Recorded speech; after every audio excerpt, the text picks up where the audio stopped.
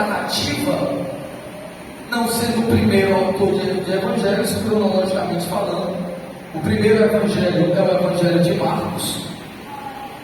Segundo os estudiosos, tanto Mateus quanto Lucas se apropriaram, tiveram conhecimento do material do evangelho de Marcos, e em cima deste evangelho colocaram, iniciaram os seus evangelhos, claro, adicionando algumas outras informações que o evangelho de Marcos não possui, à medida que esse evangelho detalhista que o evangelista Lucas nos traz tem influência também de mulheres, porque Lucas ele não foi um discípulo de Jesus, ele não foi uma testemunha ocular dos fatos, como é que Lucas, não sendo testemunha ocular, detalha também o ministério de Cristo.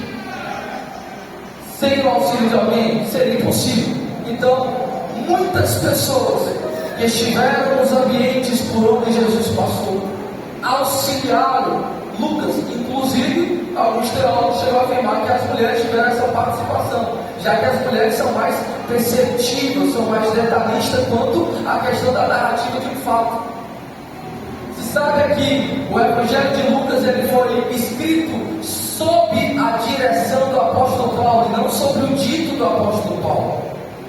Lucas ele possui algumas diferenças quanto aos outros evangelhos, e incluindo algumas narrativas, como Lucas capítulo de número 16, versículo de número 19.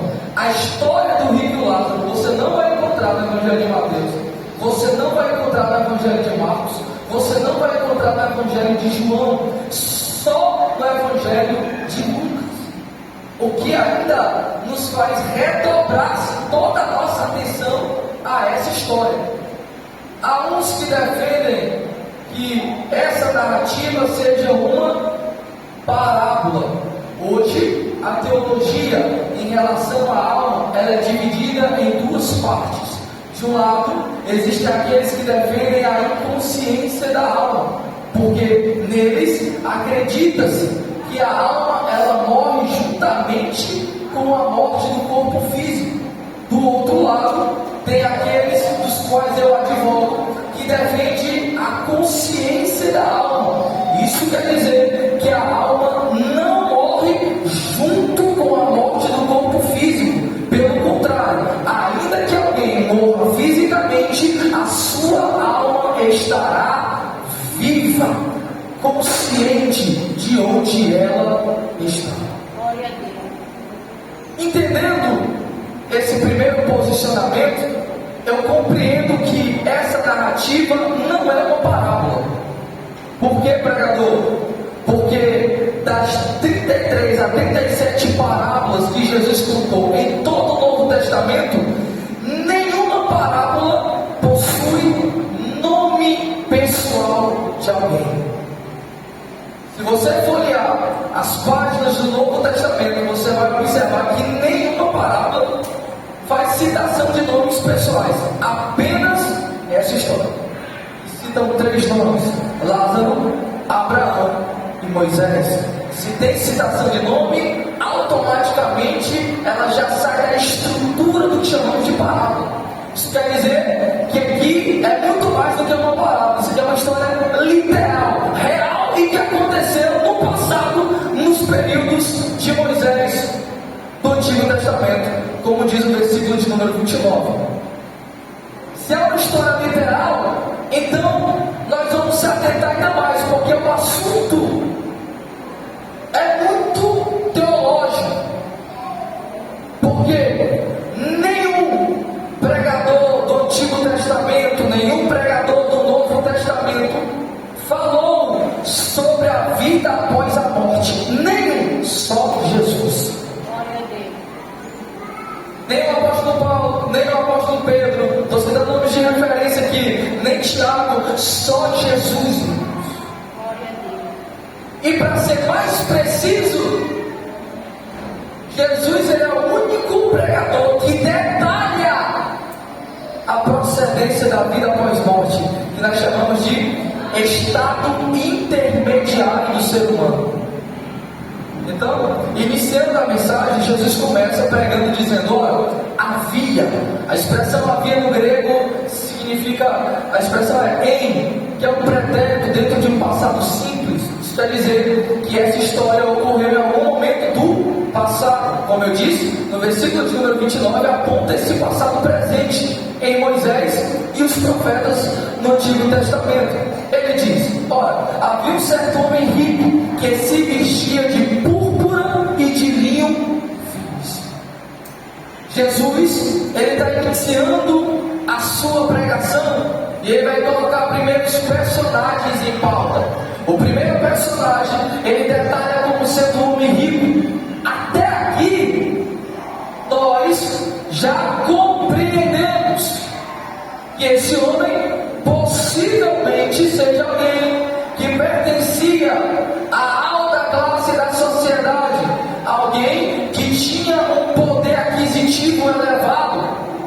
Porém, Jesus faz questão de caracterizar a riqueza desse homem. Se Jesus dissesse que havia um homem rico, só aqui a gente já compreenderíamos a mensagem de Jesus, mas ele faz questão de caracterizar a riqueza deste homem. Então ele diz: havia um certo homem rico que se vestia de púrpura e de linho finíssimo. Por que Jesus faz questão de enfatizar a vestimenta daquele homem? Porque o vestuário sempre foi parâmetro de nós compreender a posição elevada de determinado indivíduo. Tanto no Antigo Testamento quanto no Novo Testamento, as vestimentas sempre foi pauta de enxergar alguém que fizesse parte da alta classe da sociedade. Por exemplo, citarei alguns textos. Gênesis capítulo de número 37, versículo de número 3. O texto diz que Jacó, quando quis elevar José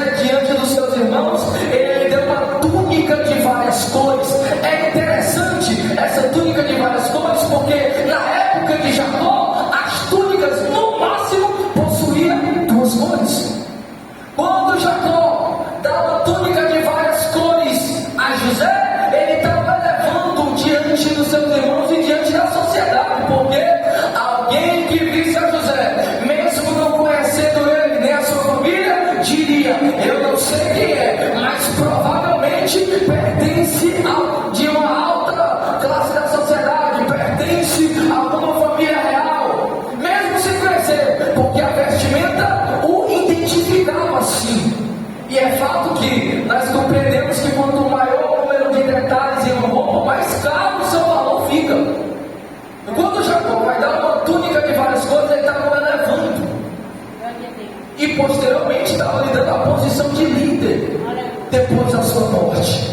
Em Ezequiel capítulo de número 28, versículo de número 13 e 14, a profecia de Ezequiel para o rei de Tiro, ele afirma que o rei de Tiro se cobria com um manto, com uma túnica até os pés, e nessa túnica eles colocavam várias pedras preciosas. Por que, pregador?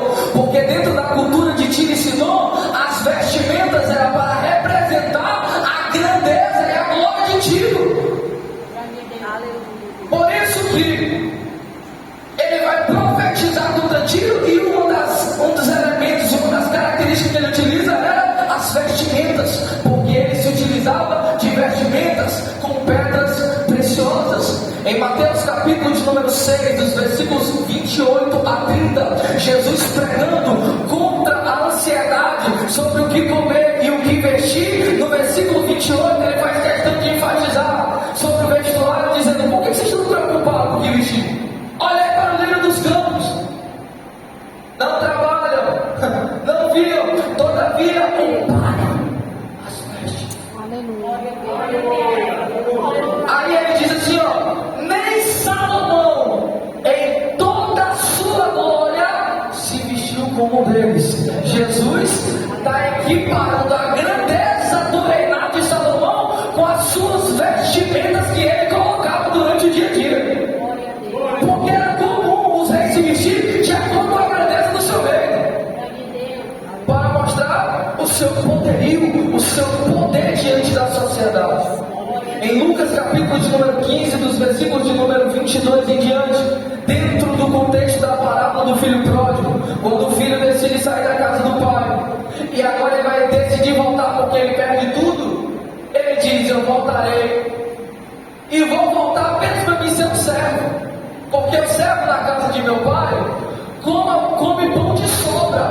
Mas quando ele ia chegando, o pai do outro lado, com outra mentalidade, ele diz: prepara a melhor roupa, o melhor anel e sandália para colocar no pé dele. O que é que o pai estava querendo dizer? Eu vou colocar ele de novo na posição de filho.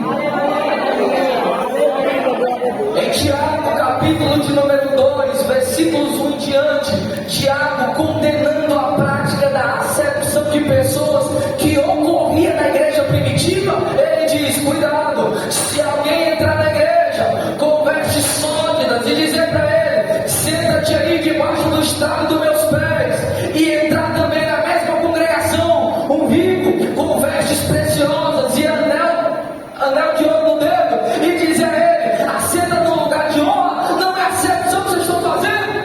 Ou vocês acham que Deus está dando a vestimenta de alguém? Estão separando pela vestimenta e não pela graça.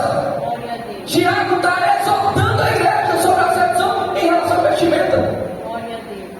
Glória a Deus. A vestimenta sempre foi parâmetro de identificar alguém que recebia uma posição elevada diante da sociedade. E eu me alegro porque quando Jesus voltar, Ele também vai elevar a nossa posição. Lá em Apocalipse, capítulo de número 3, versículo de número 5, para a igreja de Sardes, Ele diz: ao que vencer, darei vestidos brancos para se vestir. Capítulo de número 19, versículos 8 e 9, ele diz: as vestimentas de linho finíssimo são os atos de justiça dos santos. Aleluia! Ele também vai elevar a posição da igreja no dia do arrebatamento. Receberemos novas vestes em um corpo glorificado. Aleluia! Jesus caracteriza dizendo que ele se vestia de púrpura e de linho finíssimo. Púrpura é um tecido roxo de diversas cores. E é interessante que ele diz que ele se vestia de linho finíssimo. Irmão, se você clicar na palavra finíssimo, você vai observar que a palavra finíssimo no grego significa bussos, que transliterado para a nossa língua significa nada mais nada menos que tecido egípcio. Na época de Moisés, normalmente se vestia de grosso. Alguém, comerciante, posição mais elevada, linho fino, mas só o alto clero, sacerdote, rei, usava linho finíssimo. Então você já tem noção de que esse homem era alguém que tinha uma posição muito elevada na sociedade. Jesus continua dizendo: se vestia de púrpura e de linho finíssimo, e que todos os dias se regalava esplendidamente. A palavra regalar no dicionário informal português significa presentear, elogiar, banquetear, dar festa. A palavra polissêmica. Aqui o texto diz que ele se regalava. Ele auto se regalava, ou seja, ele auto se presenteava. Ele auto se elogiava, ele auto se banqueteava, preparava festa para ele mesmo. E aqui a gente consegue observar o caráter egocêntrico que aquele homem possuía. Por que, pregador? Porque tinha alguém na porta da casa dele precisando de um alimento e ele não conseguia enxergar. E todo dia ele banqueteava em casa. Pensamento egocêntrico é aquele que consegue enxergar o mundo apenas em sua volta. Aqui nós conseguimos encontrar esse caráter egocêntrico, alguém que faz somente para si. Se não levar o nome dele, ele não faz. Se o nome dele não estiver no cartaz, ele não se esforça. Se o culto ocorrer e ele não for pregador da noite, o culto não valeu, porque só quem sabe pregar é ele. Se o culto ocorrer e ele não cantar, então o culto não vale, porque só quem sabe cantar é ele. O egocêntrico só pensa em si. E aí acaba desprezando a ideia do evangelho, porque a ideia do evangelho nunca foi sobre eu, foi sobre nunca é eu. Sempre o próximo que está perto. Jesus, é interessante que todo o Novo Testamento a gente consegue discorrer por diversos textos. Por exemplo, em Mateus capítulo de número 22, versículos 34 em diante, é um fariseu que chega para Jesus e diz: mestre, qual é o maior mandamento que deve ser seguido? Jesus olha para ele e diz: o maior mandamento é amar a Deus de todo o teu coração, de toda a tua alma, de todas as tuas forças, de todo o teu entendimento, e ao teu próximo como assim. O texto diz: desses dois mandamentos depende toda a lei e os profetas.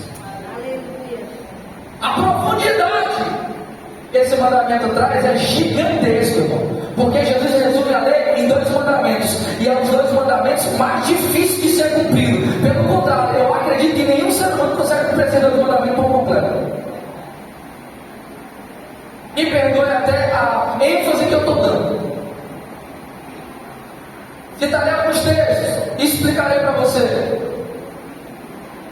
João capítulo de número 15, versículo de número 12, Jesus diz: este mandamento vos dou, que ameis uns aos outros, assim como eu vos amei.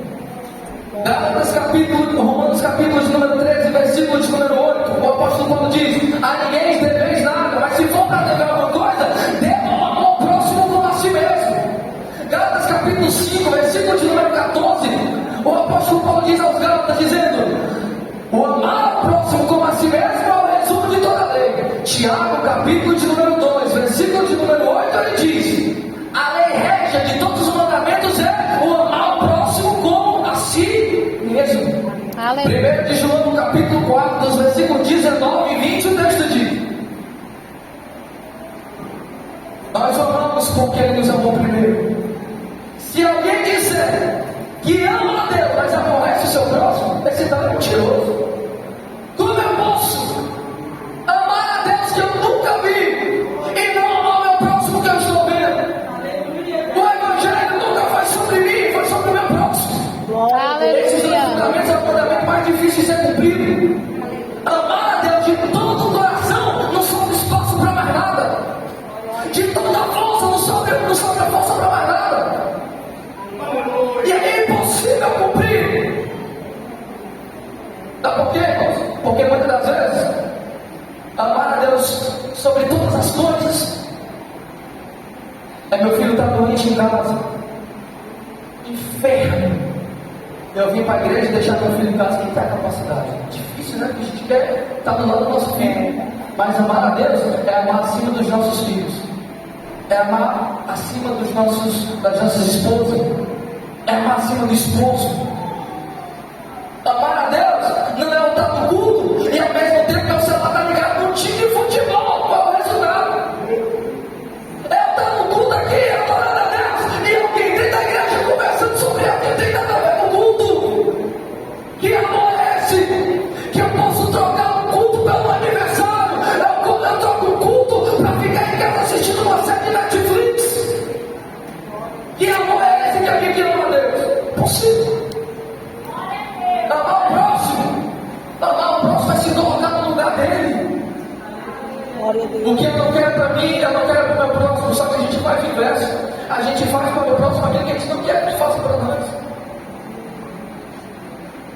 Mas se cumpre os dois, Jesus disse que vai ter vida.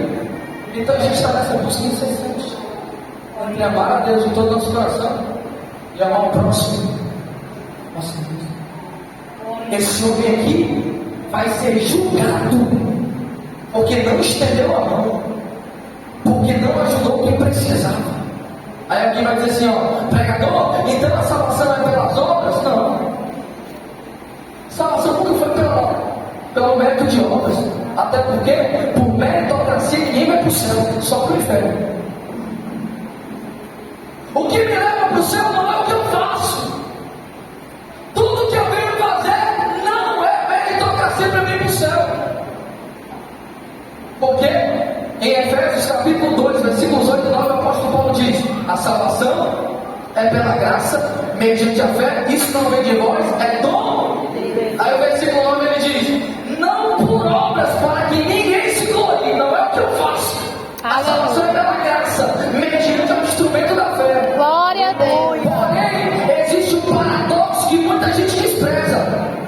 Vê se você entende. A salvação não é por obras. Todavia, não vai existir um salvo que seja salvo que não tenha obras.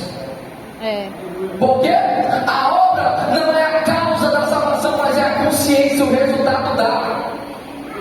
Aleluia. Por exemplo, se eu sou salvo, a obra e o fator que diferencia que eu sou salvo é as minhas obras. Por exemplo, João capítulo número 15, versículos 1, 2 e 3, Jesus diz: eu sou a videira verdadeira, meu pai é o agricultor. Todo ramo que está em mim crente, que não dá fruto, corta e lança fora. Todo ramo que está em mim que produz, limpa para que produza cada vez mais. Aleluia. Quer que eu diga mais para você? Os 3 juízos finais, o fator primário é as obras. Exemplo, tribunal de Cristo, juízo do trono branco e juízo das nações. Citarei os 3. Apocalipse capítulo de número 20, versículo de número 13. Juízo do trono branco, o texto diz: e cada um será julgado segundo as suas obras. Segundo as Coríntios capítulo 5, versículo 10, tribunal de Cristo, o texto diz: porque todos nós devemos comparecer ante o tribunal de Cristo para prestar conta de todas as nossas obras que fizemos por meio do corpo, que é boas e que é ruins. Aleluia. Juízo das nações, Mateus capítulo 25, versículo 31. Quando Jesus voltar em glória, vai colocar à direita os salvos, os cordeiros, à esquerda os bodes, vai dizer aos cordeiros, aos salvos, dizendo: vinde bendito do meu Pai. Por quê? Porque tive fome e me deste de comer, tive sede e me deste de beber. Obra, fiquei nu e colocaste uma roupa. Aleluia. Tive fome e não me deste de comer, tive sede e não me deste de beber. Peraí, a salvação não é a obra não é causa da salvação. Porém, sem obras é impossível ir para o céu. Porque a obra é o resultado da salvação. Crente que não produz, ele tem uma fé, mas é uma fé morta. E há uma diferença entre fé e fé. Existe a fé viva e a fé morta. Tiago capítulo 2, versículo 14 diz que a fé morta é aquela que não produz. O cara chega precisando de alimento na tua casa, aí tu ora, fala em línguas estranhas, despede o cara e não dá o alimento. Que fé é essa? Que só ora e não dá alimento para ele. Essa é uma fé morta que vai te levar para o inferno. Porque a fé viva é aquela fé que produz e tem um resultado nas obras. Aleluia. Vai ser condenado porque não estendeu a mão. E ele caiu no pecado da omissão. Tiago capítulo 4, versículo 17. Aquele pois que sabe fazer o bem não faz, esse comete pecado. Eu posso ajudar e não ajudo? Estou pecando.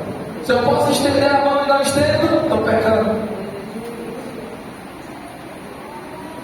Versículo de número 20, segundo personagem. Eu sei que o horário é o nosso inimigo do culto. Ele passa ligeiro demais. Tudo bem. No versículo 20, ele diz que havia também um certo mendigo chamado Lázaro. E ele vai ter as características que ele era coberto de chagas, ficava na porta esperando migalhas. É interessante, irmão, porque quando você vai estudar teologia, na verdade, nem teologia não, quando você vai estudar a Bíblia, você vai aprender que o significado de cada personagem está estreitamente ligado com a sua história. O significado de um lugar também está estreitamente ligado ao contexto. E quando a gente vai observando isso, a gente entra numa confusão quando a gente se depara com esse texto. Por quê? O nome Lázaro significa Deus ajuda. Aí eu lhe pergunto, onde é que Deus ajuda esse homem? Porque ele era mendigo e morreu como mendigo. Ele era pobre e morreu pobre. Ele estava com fome e morreu com fome. Onde é que Deus está nessa questão? É um conflito. Se Deus ajuda ele, onde é que Deus ajudou esse camarada? Aí eu explico para você. Essa confusão é uma confusão que aconteceu no Antigo Testamento em Asaf, no Salmo 73. Asaf disse que quando ele olhava para os ímpios e viu os ímpios prosperando, ele dizia: como é que pode? Eu quase me desviei. Eu olhei para os ímpios, vi que os ímpios não tinham problema nenhum, só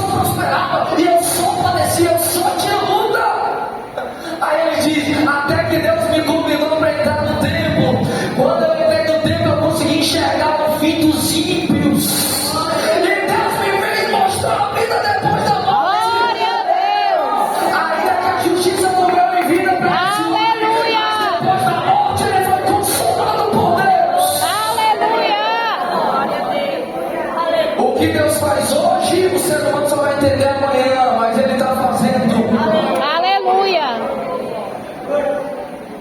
Coberto de chagas, só tem um homem na Bíblia que eu vejo que se equipara a esse homem, chamado Jó. Só Jó chegou no estado de si, utilizava um carro para coçar as feridas dele. E esse homem chegou no estado. Tanta era. E o texto diz que ele ficava na porta, desejando comer as migalhas que caíam da mesa. Não é nem a comida da mesa, eram as migalhas, irmão. Sabe quem estava junto deles? Os cães, os cachorros, lambendo as úlceras dele. Olha o estado deplorável desse homem estava. Desejando cair as migalhas. Irmão, quem comia migalha na Bíblia não era ser humano, era animal, era cachorro. Mateus capítulo 15, versículo 21. Quando aquela mulher, Sírio Fenícia, chegou para Jesus e disse: Jesus, a minha filha está atormentada por demônios. Jesus diz: pode dar o pão dos filhos aos cachorrinhos? Ela disse: mas Senhor, todavia os cachorrinhos comem das migalhas e caem na mesa dos filhos. Glória a Deus. Aquele homem se colocou na condição de um animal para poder experimentar daquela comida, porque a fome era tamanha.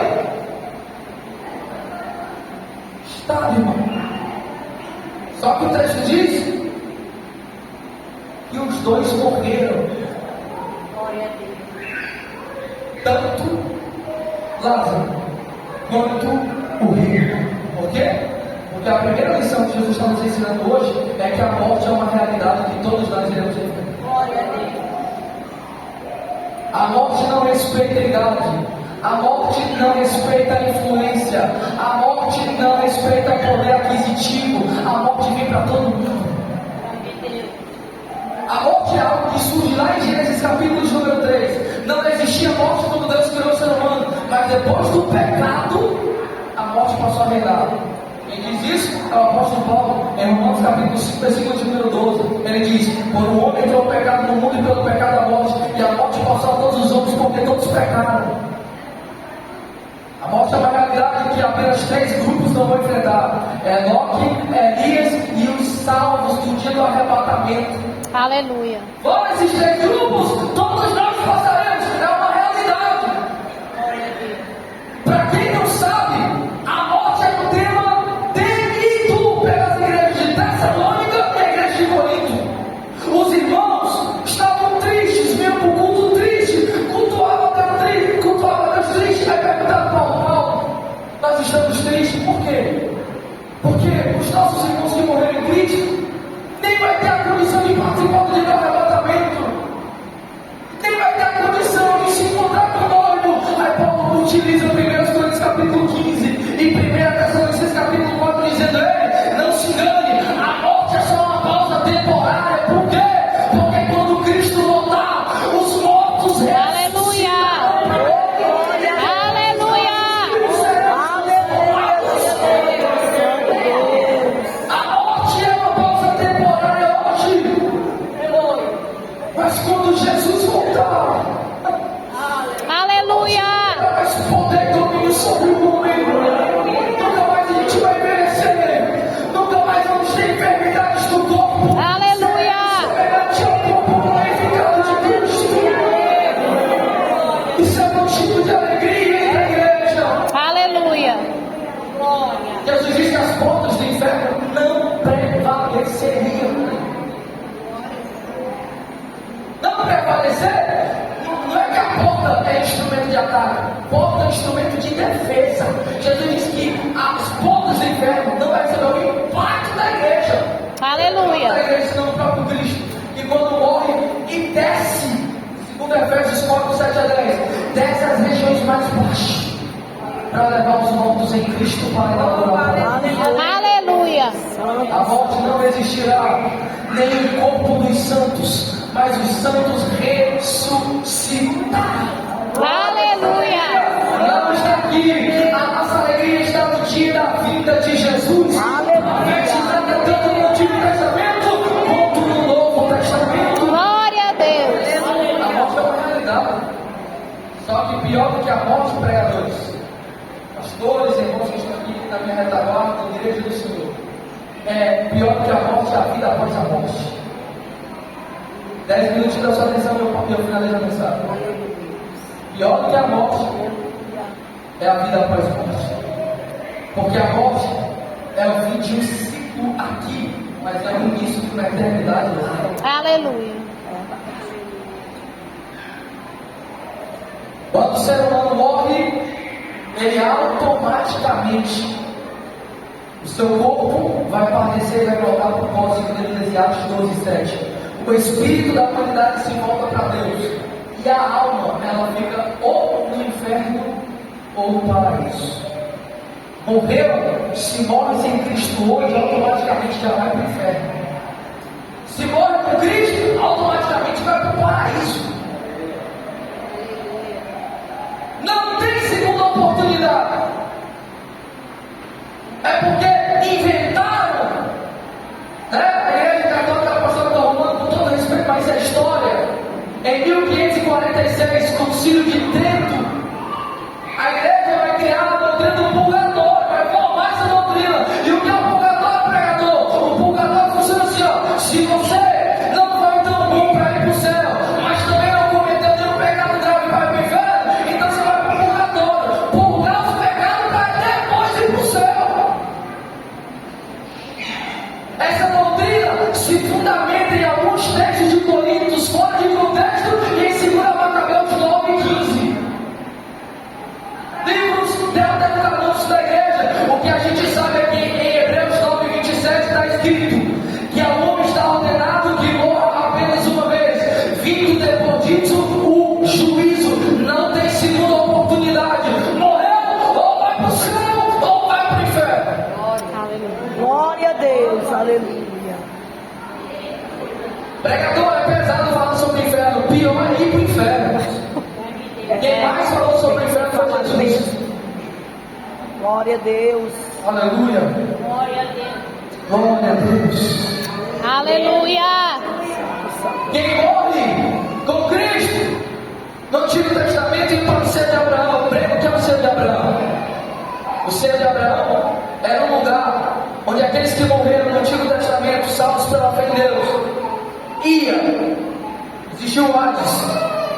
No Hades, esse submundo, ele era dividido em duas partes: parte inferior e parte superior. Na parte inferior, no abismo, e aqueles que morriam sem Deus, sem fé em Deus nenhuma. E na parte superior, aqueles que morriam na sua fé em Cristo, futuramente em Deus. Ficavam lá, tanto os salvos quanto os perdidos no Hades. Por que, pregador? Porque todos dependiam do sacrifício de Cristo. Não é só nós que dependemos do sacrifício de Cristo. Os do Antigo Testamento também dependiam, porque se Cristo falhasse na cruz, Davi não era salvo, Moisés não era salvo, Abraão não era salvo. Por quê? Porque eram pecadores. Por mais santo que eles fossem, eles eram pecadores e mereciam a morte eterna. Então, tanto do Antigo Testamento quanto do Novo dependiam do sacrifício de Cristo. Então eles ficavam no Hades, no seio de Abraão. E por que seio de Abraão? Porque Abraão carrega a figura de pai da nação de Israel. E como ele morreu e foi para um lugar bom, eles entendiam que aquele que morreu como Abraão de fé também ia para próximo dele. Seio é proximidade, está próximo. O seio de Abraão foi convertido no paraíso aonde? Na morte de Cristo. Quando Cristo está morrendo, o ladrão do lado direito, que a tradição chama de Dimas, diz: lembra de mim quando entrares no teu reino. Jesus diz: hoje mesmo estará comigo no paraíso. Quando é que o paraíso é inaugurado? Quando Jesus morre. Efésios 4:7-10 diz que ele desce às regiões mais baixas, leva cativo o cativeiro. Quem é o cativo? Os salvos do Antigo Testamento. Quem é o cativeiro? A morte. Ele vem, pega o cativo dos cativeiros, pega o ladrão da cruz e inaugura o paraíso, que hoje o crente que morre em Cristo vai para lá. Glória a Deus. Glória a Deus. Do outro lado, nós temos os que morrem sem Cristo. Quem morre sem Cristo hoje vai para o inferno. Prego que é o inferno, lugar de tormento de dia e de noite. No inferno só tem grito. No inferno não tem segunda oportunidade. No inferno hoje está lá os famosos, ricos, pessoas que não se converteram. chance. Aí alguém diz assim, pregador, mas aqui é um erro grande, porque o texto diz que ele vai pedir para molhar a ponta de água no dedo e refrescar a língua. Peraí. Se o ser humano, quando morre, o corpo vai para o pó, o espírito volta para Deus e a alma que vai para o inferno, a alma não tem boca, não tem lábio, a alma não tem dedo. Como é que está pedindo para molhar a ponta do dedo nos lábios se a alma não tem corpo? Isso aqui nós chamamos de linguagem, irmãos, acomodatícia. É quando eu acomodo a leitura para facilitar a compreensão de quem ouve. É uma linguagem conotativa. O que é uma linguagem conotativa? É uma linguagem literal que abrange por figurado para facilitar a compreensão. Não é que ele tinha boca, não é que ele tinha dedo, é porque Jesus estava dando ênfase ao tormento e a dor que é o inferno. Sabe o que é mais interessante? É que se tem uma coisa que não vai ser tirada do ser humano, é a consciência. Nem quem vai para o paraíso hoje e nem quem vai para o inferno se perde a consciência. A consciência é o tribunal que todo homem possui dentro de si e que não é tirada nem depois da morte. Emmanuel Kant, ele diz que todo ser humano possui uma consciência dentro de si, que essa consciência o impulsiona a acreditar em crenças doutrinárias contrárias à sua natureza. É meu exemplo? João 8, mulher adulta, quando pegaram a mulher adulta, disseram Jesus, essa mulher tem que ser morta apedrejada. Jesus diz, quem não tem pecado, seja o primeiro a atirar a primeira pedra. Jesus mandou alguém embora? Por que eles foram embora? Versículo 9. E acusados pela própria consciência, saiu do maior maturidade ao menor maturidade. Enquanto eles estavam lá, a consciência deles estava dizendo, o que é que tu está fazendo aí se tu tem pecado pior do que o dela? Eu posso enganar o meu pastor Saulo, eu posso enganar os obreiros aqui, eu só não posso enganar a minha consciência. Ninguém vai para o inferno e ninguém vai para o céu sem consciência. Por quê? O rico aqui, irmão, o rico, ele pede para pregar para os irmãos dele. O rico pede para molhar a ponta do dedo nos lábios dele, mas em nenhum momento o rico diz, Senhor, por que eu estou aqui? Porque ninguém vai estar por inocente diante de Deus. Aleluia. Não é inocente. Glória a Deus. Todos que hoje estão lá estão conscientes. Os que estão em Cristo no paraíso também estão em consciência. Pregador, mas o culto é de missão e tem tudo a ver. Por quê, irmãos? Se eu tenho um amigo lá fora que não é da igreja, que eu digo que é meu amigo e não prego para ele, sabendo do destino dele, eu sou falso. Eu converso sobre tudo e não falta a palavra, eu sou falso com ele. Porque saber essa realidade aqui, irmão, e eu saber que eu não posso ir mais para lá, não quero ir para lá, não quero que ninguém vá para lá, por que eu não prego? Eu não falo, porque eu falo de tudo, mas não da palavra. A igreja cresceu debaixo de missão. A Assembleia de Deus cresceu debaixo de missão. Quando Daniel Berg e Gunnar Wingre vieram para cá, nem condição de te dar passagem, irmão. Deus usou comerciante para dar passagem para chegar aqui em 1910. Os primeiros cultos da Assembleia de Deus nem terminavam porque as casas eram apedrejadas. Os irmãos, os pastores vinham com peixeira para a igreja. Tamanha era a perseguição aqui no Brasil por conta do catolicismo. Está pensando que eles abandonaram? Não, continuou firme. Na época da malária, Daniel Berg ficou com a malária, ia voltar lá, desanimado com a perseguição, estava doente, queria morrer perto da família. Alguém chega e diz, Daniel Berg, fica ali. E enquanto ele estava doente, alguém cantou o hino da harpa de número 84, ele diz, não perturbeis o coração. Aleluia. Porque eu sempre sou fiel, eu fecho a boca do leão, na cova estou com Daniel. Enquanto ela cantava, Daniel Berg se animava de novo e continuava na caminhada. Aleluia. Essa é a missão que a Assembleia de Deus sofreu no início aqui. Se você está aqui, tiver fruto de sangue, se você está aqui, tiver fruto de missão, não adianta.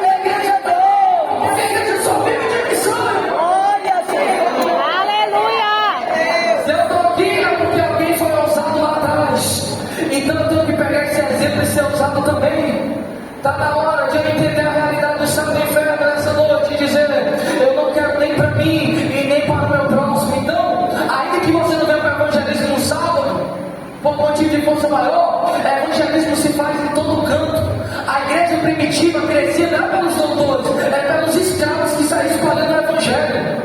Ei, lá no teu trabalho tem alguém que não é crente, prega para ele. Ei, lá na tua casa tem alguém que não é crente, prega para ela.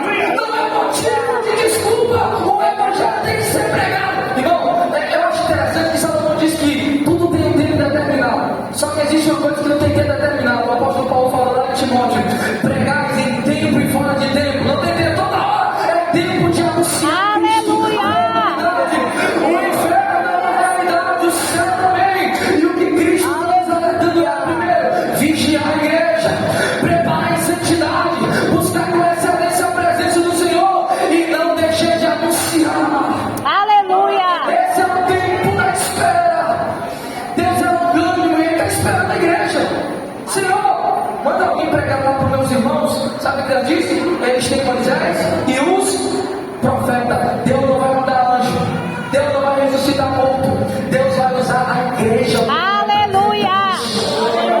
Você é o representante de Deus para essa humanidade. Seja porta-voz de Deus. Peço perdão pelo horário e agradeço a minha oportunidade.